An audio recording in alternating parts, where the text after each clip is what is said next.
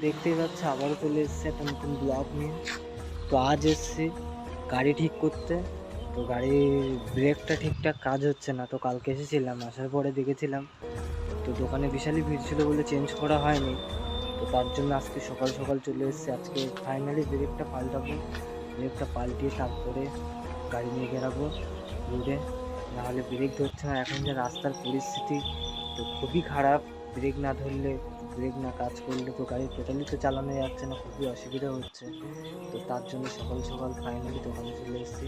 তো এসে দেখি এখনো কেউ আসেনি দোকান থেকে। বন্ধু ফোন করলাম, বলছে আসছি, রাস্তায় আছে, 10 মিনিট লাগবে। তো এখানকার ভিউটা দেখতেই পাচ্ছ গাইস। এটা হচ্ছে আমাদের কৃষির মান্ডি। তো প্রচুরই ভিড় হয় এখানে। এই যে দোকান, 4 নম্বর দোকানটাই এর। দোকানটা এখন বন্ধ আছে, ও রাস্তায় আছে। তো আসলে তো তারপরে কথা হবে, দেখতেই পেলে। তো বাই বাই।